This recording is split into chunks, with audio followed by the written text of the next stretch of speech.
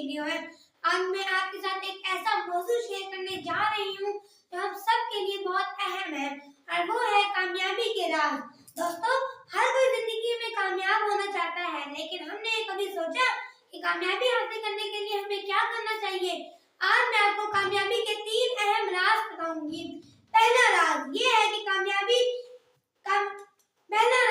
कि अपनी जिंदगी का मकसद वाजिया करें।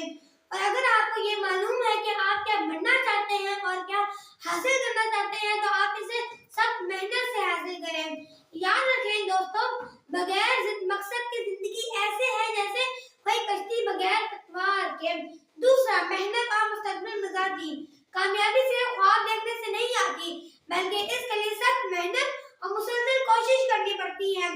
हो सकता है रास्ते में थोड़ी मुश्किलात आए, लेकिन अगर आप हिम्मत ना हारें तो कामयाबी आपकी ही होगी।